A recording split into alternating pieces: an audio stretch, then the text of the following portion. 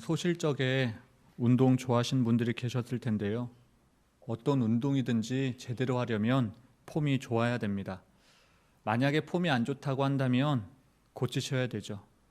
안 좋은 폼을 백날 가지고 있어봐야 운동을 제대로 할 수 없기 때문입니다. 정말 운동 잘하고 싶은 거라면 그래서 반드시 힘들고 귀찮아도 폼을 바꾸셔야 됩니다. 예수님의 제자가 되는 것도 마찬가지죠. 예수님이 하신 이야기를 한번 들어보겠습니다. 네가 나를 따라오라. 네가 나를 따라오면 주님은 어떻게 된다 그렇게 말씀하셨습니까? 변화된다 그렇게 말씀하셨습니다. 예수님이 바꿔 주신다는 거죠. 오늘 본문을 보면 예수님이 나를 따라오라 그러시고 그 말씀대로 따른 사람들을 주님은 사람 낚는 어부로 바꾸어 주셨습니다. 우리가 잘 알다시피 베드로는 원래 어부였습니다. 그런 사람을 사람 낚는 어부로 바꾸어 주신 겁니다. 여기서 우리가 주목해야 할 건 주님 말씀대로 따라가다 보면 변화된다는 겁니다. 여러분, 우리는 바뀌어야 됩니다. 어떻게요? 사람을 낚는 어부로 바뀌어야 됩니다. 이 말은 잘못된 폼 가지고는 운동을 제대로 할 수 없듯이 신앙생활도 내가 하고 싶은 대로 해서는 안 된다는 겁니다. 예수님을 따르려고 한다면 예수님이 원하는 걸 해야 됩니다. 예수님 따르기로 결정했다면 예수님 방법대로 사셔야 됩니다. 다시 말해 예수님이 살아갔던 그 방식대로 살아가야 된다는 겁니다. 우리에게 주어진 놀라운 약속은 우리가 따르기만 하면 주님이 우리를 반드시 바꾸어 주신다는 겁니다. 예수님을 믿는 사람은 예수님 보고 주님 내 뒤를 좀 따라와 주십시오 라고 말하는 사람이 아닙니다. 그럼 어떤 사람이죠? 주님 뒤를 따라가는 사람입니다. 그래서 우리가 해야 할 건 선택하는 겁니다. 주님을 따를 건지 말 건지. 우리는 모두 다른 사회적 배경을 가지고 있습니다. 태어난 곳도 다 다르고요. 자란 곳도 다 다릅니다. 일한 직장도 다 다르고 만났던 사람들도 다 다릅니다. 그리고 지금은 누구는 직장인이고 누구는 부모고 뭐 그렇습니다. 이렇게 우리는 지금 각자가 살고 있는 분야가 다 달라요. 그런데도 우리에게 한 가지 공통점이 있다고 한다면 그것은 우리 모두 예수님의 제자가 되고 싶어 한다는 겁니다. 내 뜻대로 잘 되지 않아서 그렇지 이런 마음을 갖고 있지 않는 분이 어디 있겠습니까? 예수님의 제자가 되려고 하는 것과 예수님으로 인해 바뀌는 것이 어떤 관계가 있는지 저는 오늘 그 이야기를 좀 하려고 합니다. 예수님을 따르는 사람이라면 이런 질문 한 번쯤은 해봤을 겁니다. 삶을 바꾸지 않고도 내 삶이 바뀌지 않고도 예수님을 따를 수 있을까? 정답을 얘기하면 그런 일은 없습니다. 바뀌지 않고 제자 되는 것 없습니다. 여러분, 제자가 누굽니까? 제자가 무엇인가요? 성경은 제자를 어떻게 묘사하고 있습니까? 오늘 본문에서 예수님은 베드로에게 나를 따라오라 그렇게 말씀하셨는데 그는 그 부르심에 응답하여 제자로서의 삶을 살아갔습니다. 무슨 말입니까? 성경에서 말하는 제자는 예수님을 따르는 자라는 겁니다. 이건 세상이 말하는 따르다의 개념과는 완전히 다른 개념이죠.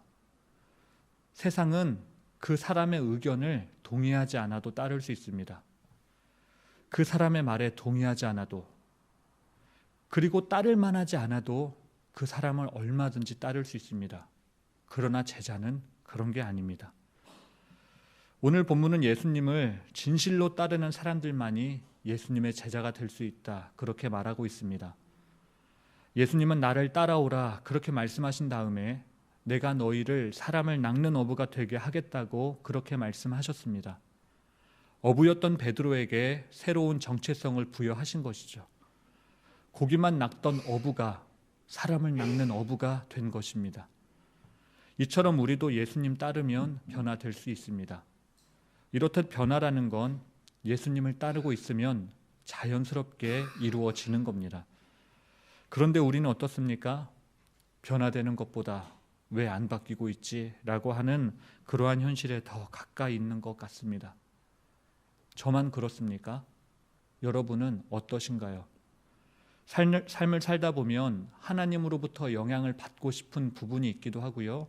또 반대로 아예 관여조차 받고 싶지 않는 부분이 있습니다. 하나님, 이 시간만큼은 나에게 좀 신경 쓰지 마세요 라고 하면서 자기 살고 싶은 대로 막 살아갑니다. 바로 여기에 신앙적인 괴리감이 있습니다. 아무리 내 삶을 바꾸려고 해도 끊임없이 내 안에 이건 내 거니까, 내 몫이니까, 내 시간이니까 그러고 있다고 한다면 하나님 보고 그래서 하나님 내 삶에 접근하지 마세요 라고 그렇게 말하고 있다고 한다면 아무리 변화되고 싶다고 해도 변화될 수 없다는 겁니다. 하나님 앞에 뭘 내려놓아 본 적이 없는데 어떻게 변화될 수 있겠습니까? 제가 이렇게 느끼는 건 어찌 보면 당연한 일이죠. 그런 점에서 여러분, 정말로 예수님의 제자가 되고 싶다고 한다면, 되고 싶다고 하면서 그렇게 살고 있지 않다라고 한다면 이거는 뭘 의미하는 거겠습니까? 정말 바뀌고 싶어 하지 않는다라는 겁니다. 정말 솔직하게 내가 정말 바뀌고 싶어 하나? 내가 진짜 예수님을 따라가고 싶어 하나? 정말 거기에 올인하며 살 수 있는가? 뭐 그런 거겠죠. 이에 대한 여러분의 생각은 어떻습니까? 저는 이런 부분이 우리 삶에 적극적이고 능동적인 변화를 일으키지 못하고 있다고 생각합니다. 천국 비유 중에 진주 장사의 비유, 그리고 남의 밭에서 보물을 발견한 사람의 비유가 있는데 그 내용을 보면 보물을 발견한 사람은 그 대가가 얼마가 되었든지 그 대가를 다 지불하고서 다 지불했다 그렇게 말하고 있습니다. 그런데 여러분, 만약에 보물을 발견했는데도 그 보물을 그냥 그 자리에 둬버리고 자기를 갈 길 간 사람이 있다고 한다면 그 사람은 어떤 사람이겠어요? 왜 그가 그렇게 행동했겠습니까? 그 보물의 가치를 발견하지 못한 겁니다. 우리가 변화되지 않는 이유도 마찬가지죠. 예수님이라는 가치를 충분히 발견하지 못했기 때문에 주님을 두고 그냥 제 갈 길 가는 겁니다. 만약에 예수님이 지금 이 시간 우리 앞에 나타나셔서 지금 당장 나를 따라오라 그렇게 말씀하신다고 한다면 여러분은 무엇라 대답하시겠습니까? 네, 주님, 지금 당장 주님을 따르겠습니다. 그렇게 말씀하실래요? 아니면 제가 주님을 따르면 제 자식들은요? 하고 주저하시겠습니까? 어떤 사람은 예수님, 지금 하고 있는 이 일만 마치고 주님을 따르겠습니다. 돈 조금만 더 벌고 주님 따르겠습니다. 그렇게 말한 사람이 있을 수도 있겠어요. 아니면 주님, 저보다도 더 잘난 사람들. 이 질문을 받기에 이미 충분히 준비된 사람들이 있는데 주님, 왜 하필 이 질문을 저에게 하시나요? 뭐 그렇게 주님 따르는 일을 주저하고 있는 분 계실 겁니다. 그런데 여러분, 성경은 어떤 사람들이 주님을 따르고 있다라고 기록하고 있는지 아십니까? 성경에는 모든 종류의 사람들을 다 이야기합니다. 교육받은 정도도 다르고요, 나이도 다르고 성별도 다르고 자란 배경도 다 다릅니다. 성경은 그렇게 다른 사람들이 모두 예수님을 따랐다라고 이야기합니다. 대표적으로 12제자죠. 12제자만 주님을 따른 게 아니라 그 안에 대표성이 있는 겁니다. 이 말은 우리의 나이와 지위와 신분이 주님을 따르는데 변명거리가 되지 않는다라는 말입니다. 여러분, 우리는 우리를 둘러싸고 있는 상황 가운데 제대로 된 진리를 바라볼 수 있어야 됩니다. 그 진리는 아주 간단하죠. 주님을 따르면 우리가 무엇을 해왔건, 우리가 누구건 주님을 따르기로 한다면, 그분을 따르고 싶어 한다면 자신을 부인하고 자기 십자가를 져야 된다는 겁니다. 자신을 부인하고 자기 십자가를 지는 이것이 바로 예수님을 따르는 방법입니다. 그런데 이것은 우리가 알고 있는 대로 그리 쉬운 일은 아닙니다. 어렵고 많은 대가를 치러야 하는 일이죠. 어느 성도 한 사람이 길을 가다가 예수님을 만났다 그럽니다. 그런데 그에게는 여전히 반대 방향으로 가고 싶어하는 관성이 있었다 그래요. 그런데도 불구하고 그는 그 관성을 부인하고 주님이 가시는 길을 따라갔다라고 합니다. 여러분, 이것은 예수님을 만난 사람은 누구나 다 한 번쯤 겪어본 일입니다. 예수님과의 동행이죠. 우리는 이 일을 회개라 부릅니다. 그런데 회개라는 것은 제가 계속해서 이야기한 것처럼 한 번만 하고 마는 게 아닙니다. 예수님과 동행하는 모든 순간이 회개의 순간인 겁니다. 왜 그렇게 기도가 힘들고 왜 그렇게 말씀 보는 게 힘든가? 그것은 내 삶에 없었던 것이기 때문입니다. 내 습관 안에 없었던 일이기 때문에, 완전히 새로운 일이기 때문에 하려고 해도 안 되는 거죠. 나한테는 없는 겁니다. 오직 예수님 안에만 있는 것. 그래서 이 일은, 우리가 신앙생활을 한다라고 하는 이것은 예수님 안에 있을 때 제대로 할 수 있는 겁니다. 그런 점에서 우리의 역할은요, 뭘 바꾸는 게 아닙니다.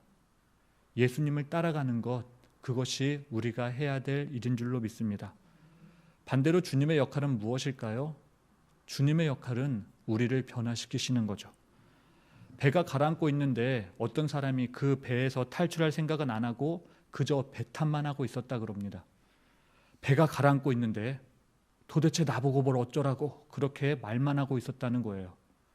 그렇다고 그가 정말 살 방법이 없었는가? 그건 역시 아닙니다. 주변에 구명정들이 널려 있었습니다. 그냥 주변에 널려 있던 그 구명정 하나 가지고 거기에 타서 그냥 탈출하면 살 수 있었던 겁니다. 그런데 그가 여전히 배탄만 하고 있더래요. 여러분, 이런 사람은 어떤 사람이냐면 꼭 예수님 탓하는 사람입니다. 자기가 회개하지 않은 거면서, 자기가 주님을 따르지 않은 거면서 변화되지 않은 그 이유가 예수님 때문이라는 거예요. 성경은 예수님을 따르는 것에 대해 아주 명확하게 이야기하고 있습니다. 나를 따라와라. 그러면 내가 널 변화시켜 줄게. 그런데도 우리가 이 이야기를 덮어놓고 다른 이야기하고 있다고 한다면 그건 주님 앞에 핑계만 대고 있는 겁니다. 왜냐하면 성경은 다른 사람들이 뭐라고 이야기하는지 다 듣고 나서 날 따라와라, 그렇게 이야기하고 있지 않기 때문입니다. 예수님, 아버지 장사만 지내고 쫓아가겠습니다.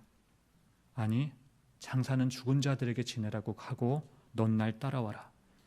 또 어떤 세리는 장사를 하고 있다가 예수님이 따라오라 그러자 자기가 세고 있던 그 돈깨를, 그 돈 테이블을 그냥 그 자리에 두고 주님을 따랐다, 그렇게 말씀하지 않습니까?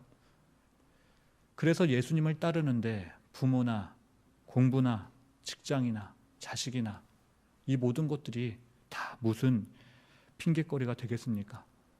예수님 따르는 것하고 이런 것들이 무슨 관계가 있냐는 말입니다. 예수님을 따르고자 한다면 이런 부분에서 우리는 새로이 생각할 수 있어야 됩니다. 그런 변화들이 우리 각 사람 가운데서 일어나기를 바랍니다. 핑계만 대고 있다면 아무런 변화도 일어날 수 없습니다. 문제는 항상 있을 거고 그 문제를 해결하기 위한 변화 역시 항상 있을 겁니다. 이러한 이해가 그동안 없었기 때문에 계속 예수님을 따랐지만 그 가운데 어려움을 겪었던 것이고 또 다른 사람을 제대로 변화시키지도 못했던 겁니다. 하지만 이런 관점이 생긴다면 변화 일어나고도 남죠. 여러분, 주님은 우리가 무엇으로 변화될 수 있다고 말씀하십니까? 자기 자신의 의로움으로요? 자기 자신의 행실로요? 담임 목회자의 덕으로요? 아니요. 그런 걸로는 우리가 변화될 수 없습니다. 우리를 변화시킬 수 있는 건 단 한 분, 예수님밖에 없습니다. 예수님 따를 때 변화되는 거죠. 사실 많은 사람들이 예수님을 따른다고 말하지만 정작 그에게 아무런 변화가 일어나지 않는 모습을 볼 때가 종종 있습니다. 그래서 누군가 이런 질문을 합니다. 스스로 너무 정체되어 있고 또 너무 변화되지 않고 있다고 한다면 그렇다면 나는 지금 예수님을 따르고 있지 않는 것인가? 애석하지만 그 말이 맞습니다. 지금 내 삶에 변화가 있지 않다고 한다면 예수님을 따르고 있지 않는 겁니다. 그래서 그 사람이 또 이렇게 물어볼 수 있겠죠. 그렇다면 내 삶에 사소한 변화가 있다라고 한다면 나는 지금 주님을 따르고 있는 걸까? 아쉽지만 그것도 아닙니다. 그건 우리가 원하는 거죠. 사소하고 작은 변화. 물고기 잡던 어부를 사람을 낚는 어부로 바꿔주신 분이 예수님입니다. 이건 완전히 다른 정체성으로 변화된 겁니다. 무단횡단을 안 하고 길거리에 쓰레기를 안 버리고 하는 그 정도는 내 노력으로 얼마든지 할 수 있습니다. 그러나 예수님이 말씀하신 변화는 사람이 완전히 바뀌는 변화입니다. 전혀 다른 존재로 바뀌는 거죠. 만약 우리가 이 말씀을 무시할 수 있다면 사소하고 작은 변화 인정해도 됩니다.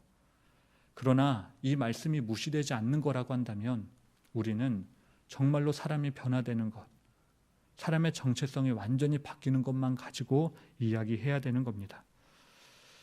여러분, 이처럼 가장 근본적이고 근본적인 것이 바뀌는 것, 그것이 주님이 우리를 바꿔주시는 방법입니다. 예수님을 믿은 다음에 여러분의 삶에 어떠한 변화가 있으셨습니까?